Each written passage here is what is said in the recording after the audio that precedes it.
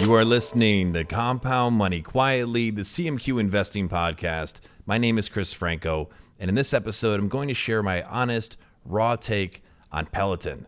This was a question I was asked yesterday during a live broadcast on Instagram through the Charlie Munger Quotes account, which, by the way, just hit 67,000 followers, so thank you to everyone who's following that account.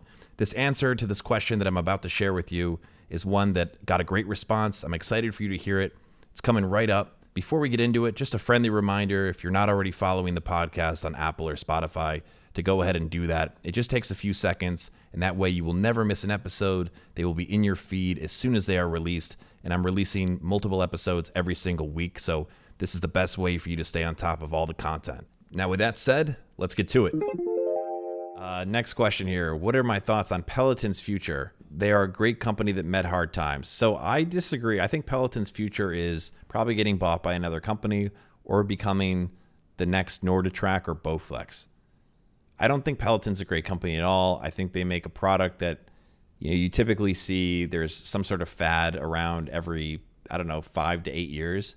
And growing up as a kid in the 1990s, I remember so many commercials about the Bowflex.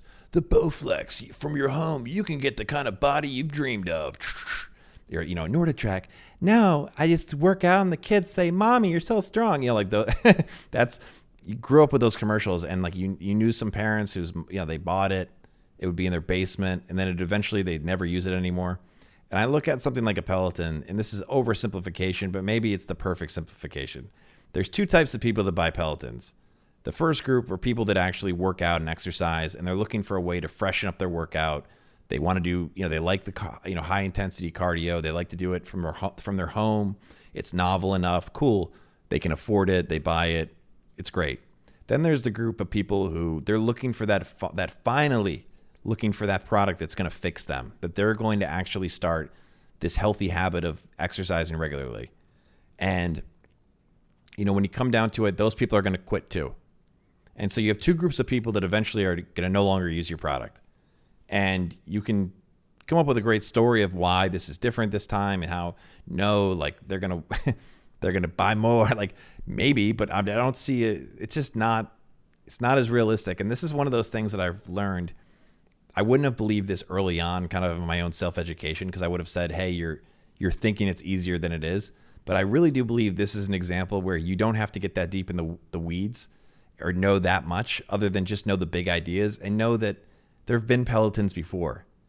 I read the history of NordicTrack and Bowflex. That doesn't make me the ultimate expert, but I would recommend a lot of people try doing that and then think, does this sound at all like Peloton? Because the way Peloton's been discussed has been through this lens of they have this huge connected community. It's not just a I want to do the voice. Go. We're not just a bike company. We're a software company, a hardware company, a music company, a content company, a Facebook company, a metaverse company. Literally, that's one of their ads. And it's no. You sell an exercise bike. And at the end of the day, if people don't buy that bike, that business doesn't do that well. End of story. Everything else is just vanity. Oh, but we have, 58 billion free subscribers. Yeah, but do they have the bike? Because that's where the big money comes from, is the bike. And how many people are paying $2,000? Or excuse me, how many people have $2,000? They're like, okay, I got $2,000 just sitting here. I think I'll buy a Peloton.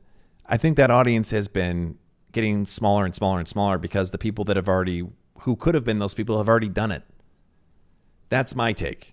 If you enjoyed this episode, as I said before, please make sure you're following the CMQ Investing podcast. You can do that in just a few seconds on Apple Podcasts or Spotify. And if you have a moment and you enjoyed this episode, or you've been a longtime listener and you haven't had a chance to do this, please leave a written review on Apple Podcasts. It goes a very long way. I love reading them. And as I've said before, it helps more people discover the content. And last but not least, if this is one of the first episodes you've listened to, we have close to 70 episodes. So I encourage you to go back in time, go back in the archives.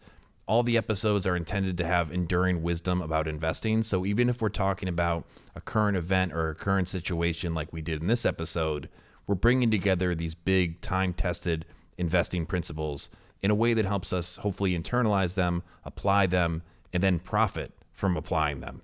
Remember, none of this is financial advice. I'm an individual investor. I want you to do what's best for you. Do your research. Be responsible. Don't do something just because I'm doing it. Ultimately, I care about how you do. I don't have any perverse incentives here, but I want to make sure that I say this is not financial advice. Do your own research. I hope this episode was useful. I hope it was entertaining. And if you enjoyed it, please make sure to share it with a friend or two.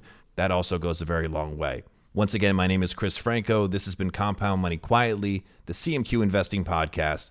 Thank you for listening. We'll talk soon.